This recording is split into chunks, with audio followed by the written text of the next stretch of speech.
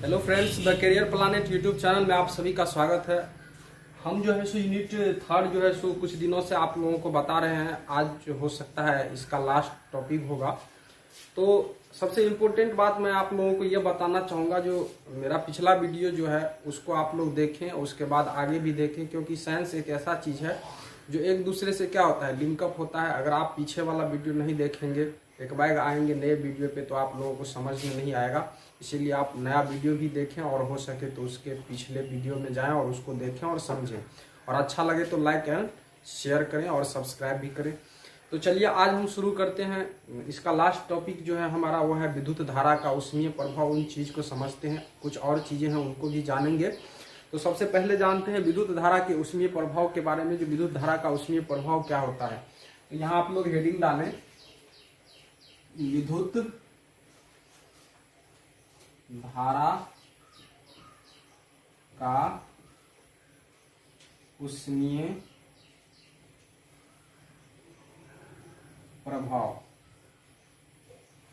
ठीक है, तो विद्युत धारा के उष्मीय प्रभाव को समझते हैं। क्या होता है कि अगर कोई कंडक्टर है, मान लेते हैं ये अगर कोई कंडक्टर है, इसको क्या करें, अगर हम विद्युत धारा से कनेक्ट कर दें, इलेक्ट्रिसिटी से कनेक्ट कर दें और करंट प्रवाहित करें, तो अगर क्या होगा कि इसके इर्द गिर्द क्या होगा, एक ऊष्मा उत्पन्न होगा। तो उसे ही हम क्या बोलते हैं, विद्युत धारा के उष्मीय प्रभाव बोलते हैं। यानी किसी चालक तार से अगर हम विद्युत धारा प्रवाहित कर रहे हैं तो उसके इर्द गिर्द क्या होगा, उसके आसपास क्या होगा, ऊष्मा उत्पन्न होगा। तो उसे ही हम क्या बोलेंगे, विद्युत धारा के उष्मीय प्रभाव बोलेंगे। तो इसका स्टेटमेंट लिखते हैं, यदि किसी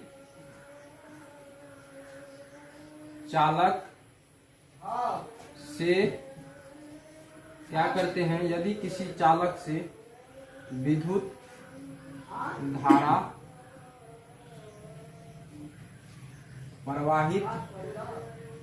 प्रवाहित करते हैं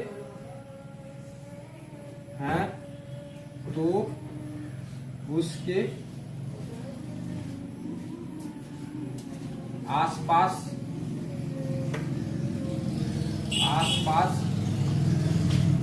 के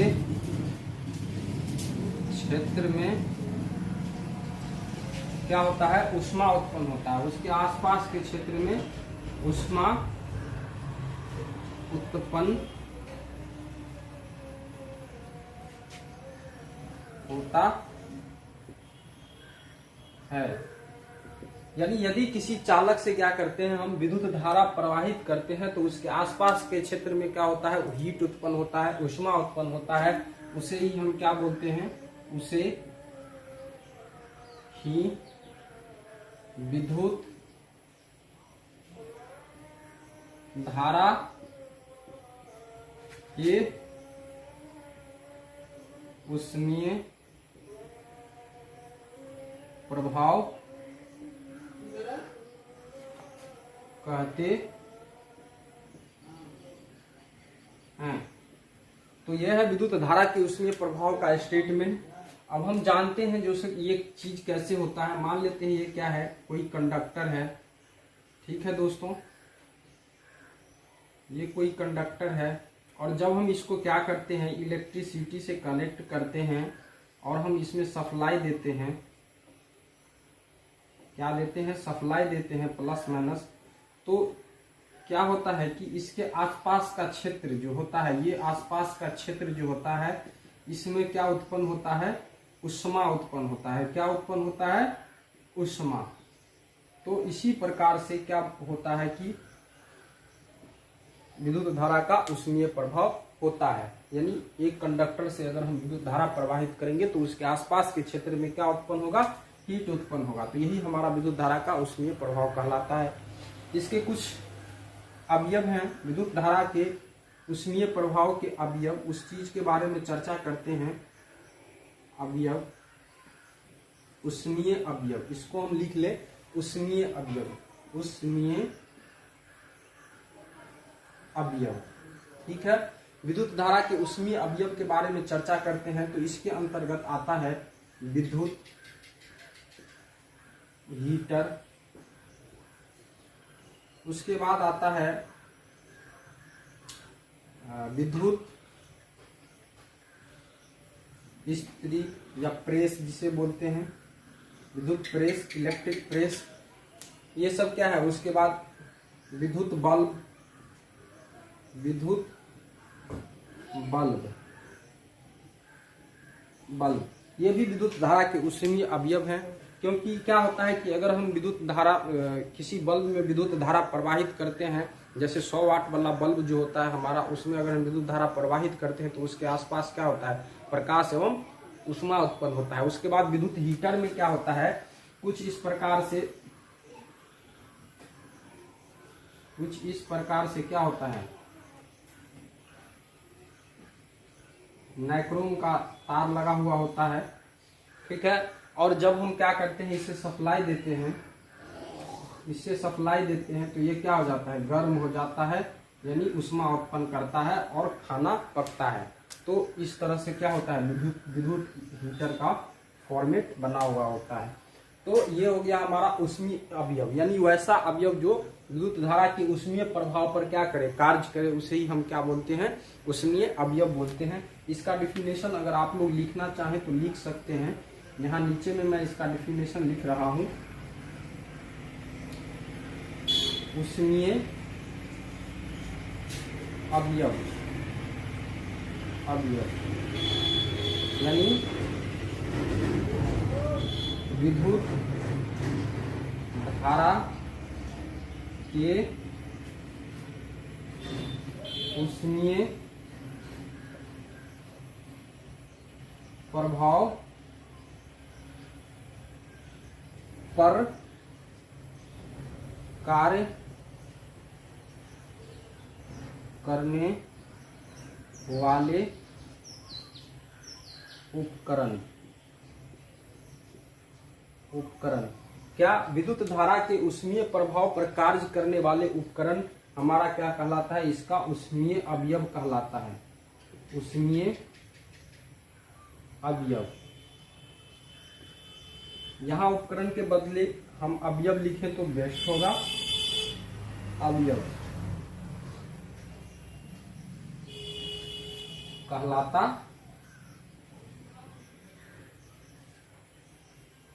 है। तो ऊष्मीय अवयव का डिफिनेशन हो गया, विद्युत धारा के ऊष्मीय प्रभाव पर कार्य करने वाले अवयव को हम क्या बोलते हैं, ऊष्मीय अवयव बोलते हैं। इसका एग्जाम्पल मैं आप लोग इस प्रकार से लिख सकते हैं। इसके एग्जाम्पल में विद्युत हीटर, विद्युत प्रेस, विद्युत बल्ब। विद्युत प्रेस मतलब इलेक्ट्रिक आयरन जो होता है हमारा, वह क्या है, ऊष्मीय अवयव है। तो अब हम समझते हैं विद्युत धारा के ऊष्मीय प्रभाव से संबंधित जूल के नियम को, जानेंगे जूल का नियम क्या होता है।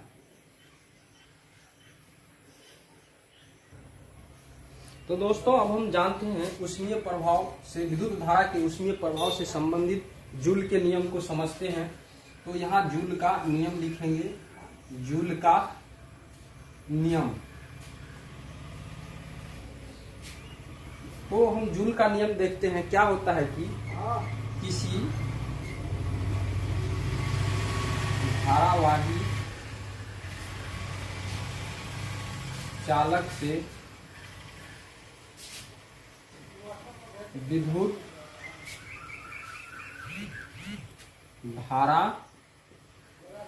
प्रवाहित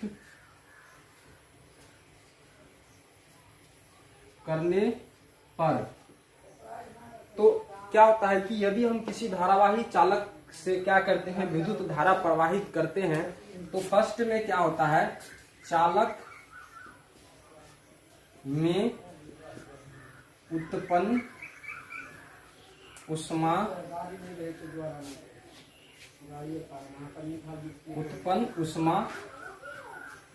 क्या होता है कि अगर हम धारावाही चालक से विद्युत धारा प्रवाहित कर रहे हैं तो ऊष्मीय प्रभाव के कारण क्या होगा, उसमें ऊष्मा उत्पन्न होगा, और उस चालक में उत्पन्न ऊष्मा क्या होगा, उससे चालक में उत्पन्न ऊष्मा उससे प्रवाहित धारा के वर्ग के क्या होगा, समानुपाती होगा। ठीक है, इसको हम इस प्रकार से लिख सकते हैं, h directly proportional to I square. इसको हम इक्वेशन 1 मान लें। और यहाँ क्या होता है, यहाँ टाइम यानी t और r यानी रेसिस्टेंस, इसे रेजिस्टेंस भी कह सकते हैं। रेजिस्टेंस क्या होता है, कांस्टेंट होता है। कांस्टेंट मीन्स अचर। ठीक है, अब हम इसका सेकेंड स्टेटमेंट समझते हैं। इसका सेकेंड स्टेटमेंट क्या होता है कि चालक में उत्पन्न ऊष्मा, चालक में उत्पन्न ऊष्मा उस चालक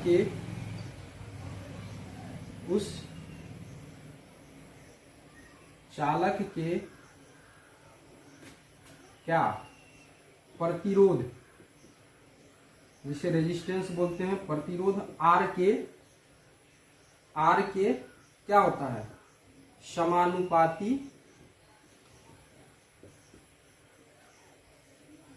होता है। ठीक है दोस्तों, अब हम इसका थर्ड स्टेटमेंट समझते हैं।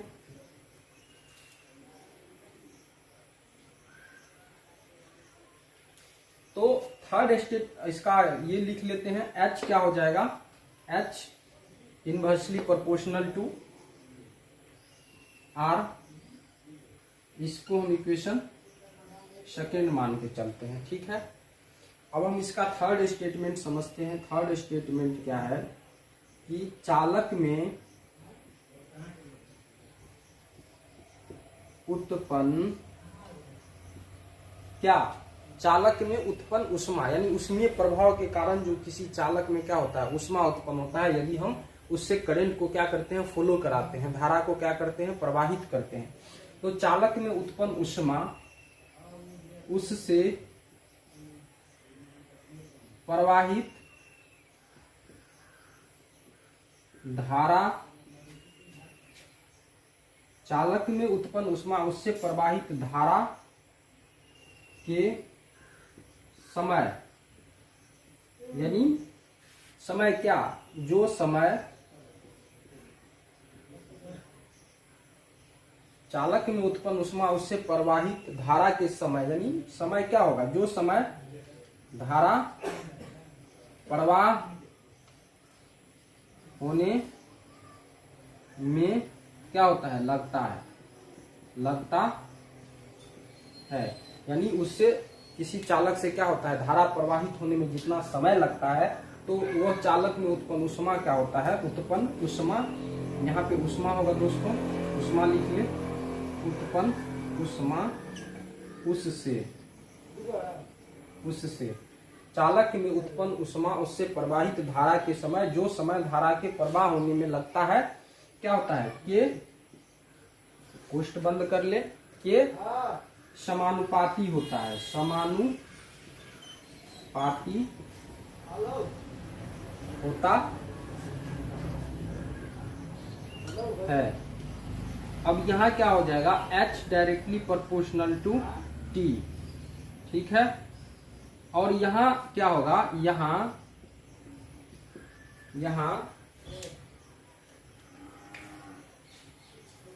R और क्या I, क्योंकि T तो यहाँ है, तो यहाँ क्या बच गया, R और करंट बच गया। यहाँ R और I क्या होगा, कांस्टेंट।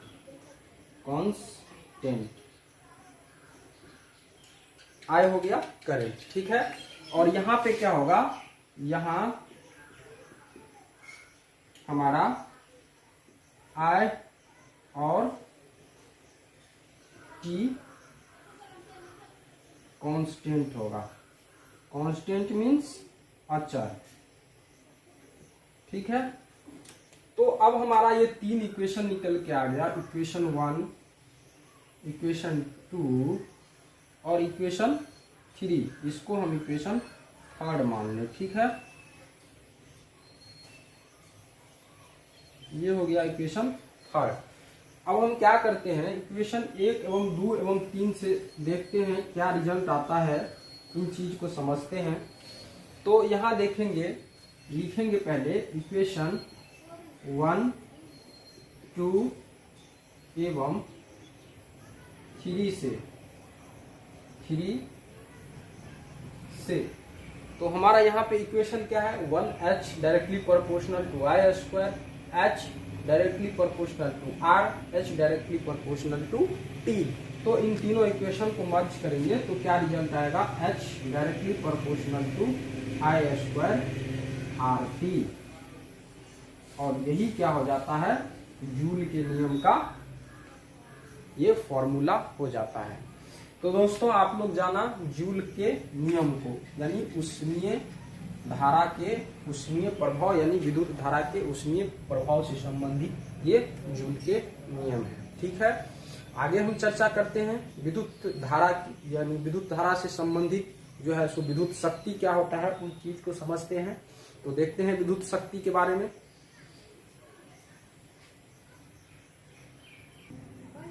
तो अब हम समझते हैं दोस्तों विद्युत शक्ति, विद्युत शक्ति के बारे में, जिसे क्या बोलते हैं, इलेक्ट्रिक पावर। तो विद्युत शक्ति को जानते हैं, तो ये इसका डिफिनेशन होगा, इकाई समय में, इकाई समय मतलब प्रति एकांक समय, यानी इकाई समय में किसी उपकरण द्वारा उपयोग की गई विद्युत ऊर्जा को उस उपकरण का क्या बोलते हैं, विद्युत शक्ति कहते हैं। ठीक है, यानी इकाई समय में किसी उपकरण द्वारा उपयोग की गई विद्युतीय ऊर्जा को उस उपकरण का विद्युत शक्ति कहते हैं। ठीक है, तो अब हम यहाँ देखते हैं P इक्वल्स टू क्या होता है, विद्युतीय ऊर्जा, यानी P मतलब शक्ति, यानी विद्युत शक्ति, विद्युत शक्ति इक्वल्स टू क्या हो जाएगा, विद्युतीय ऊर्जा बटा समय। ठीक है, या इसको इस प्रकार भी बोल सकते हैं, विद्युतीय कार्य बटा समय। ठीक है, अब यहाँ P इक्वल्स टू हम लिखते हैं E अपॉन T, या फिर P इक्वल्स टू आप W अपॉन T भी लिख सकते हैं। ठीक है दोस्तों, अब हम जानते हैं इसका मात्रक क्या होता है। तो सबसे पहले एक चीज जानेंगे, मात्रक ही जान लेते हैं, इसका SI मात्रक, इसका SI मात्रक क्या होता है, वाट होता है। क्या होता है, वाट, WAT, वाट। ठीक है, तो विद्युत शक्ति से संबंधित एक चीज और हम जानेंगे, पहले जान लेते हैं वाट क्या होता है। वाट इक्वल्स टू क्या होता है कि जब V equals to 1 volt and I equals to क्या हो, 1 एम्पियर हो, तो W इक्वल्स टू क्या हो जाएगा, या पावर इक्वल्स टू क्या हो जाएगा, यहाँ पे पावर इक्वल्स टू क्या हो जाएगा, 1 वाट हो जाएगा, या वाट हो जाएगा। ठीक है, तो यहाँ P से संबंधित क्या होता है, P इक्वल्स टू VI, यानी वोल्टेज और करंट के गुणनफल को क्या बोलते हैं, पावर बोलते हैं। यानी किसी धारावाही चालक से प्रवाहित होने वाले धारा और उनके सिरों के बीच के विभवांतर का गुणनफल जो होगा वही क्या होगा, उस उपकरण का क्या होगा, पावर होगा। ठीक है, तो P इक्वल्स टू VI, ये फॉर्मूला जो है इम्पोर्टेंट है, आप लोग इसे याद रखेंगे क्योंकि इस पे बहुत सारे न्यूमेरिकल क्वेश्चंस आते हैं। ठीक है, तो ये था हमारा विद्युत शक्ति। एक और टॉपिक है छोटा सा, विद्युतीय ऊर्जा, उन चीज को समझते हैं। तो दोस्तों आपने जाना विद्युत शक्ति के बारे में, इलेक्ट्रिकल पावर के बारे में। अब समझते हैं विद्युतीय ऊर्जा यानी इलेक्ट्रिकल एनर्जी क्या होता है। तो सबसे पहले देखिए, किसी विद्युत परिपथ में दिए गए समय तक विद्युत धारा बनाए रखने के लिए किए गए कार्य को क्या बोलते हैं, हम विद्युतीय ऊर्जा बोलते हैं। ठीक है, तो यहाँ पे अब हम इसका यूनिट समझेंगे। इसका यूनिट क्या होता है, यूनिट के बारे में चर्चा करेंगे। इसका यूनिट क्या होता है, जूल होता है, JULE, जूल, जूल। ठीक है, इसका SI यूनिट क्या है, इसका SI यूनिट जूल है। यानी किसी परिपथ में दिए गए समय तक, एक समय दिया होगा और उस समय तक क्या करेंगे, अगर हम उस चालक में विद्युत धारा बनाए रखेंगे तो उसमें जितना वर्क होगा उसे ही हम क्या बोलेंगे, विद्युतीय ऊर्जा बोलेंगे। अब देखिए इसका अदर यूनिट के बारे में समझते हैं। इसका अदर यूनिट और क्या हो सकता है, एक होता है के वाट आवर, क्या वाट आवर या वाट घंटा बोलते हैं जिसे, यानी WH। ठीक है, और एक होता है हमारा किलो वाट आवर, या जिसे आप लोग क्या बोल सकते हैं, वाट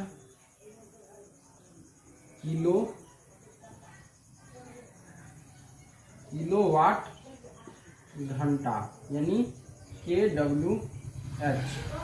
ठीक है, और यही क्या है हमारा BOT, जिसे आप लोग बोलते हैं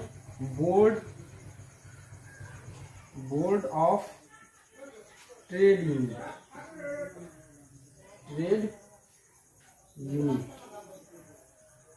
ठीक है, तो ये था हमारा विद्युत ऊर्जा। तो दोस्तों आज के वीडियो में आप लोगों ने जाना विद्युत धारा से संबंधित ऊष्मीय प्रभाव, उससे संबंधित जूल के नियम।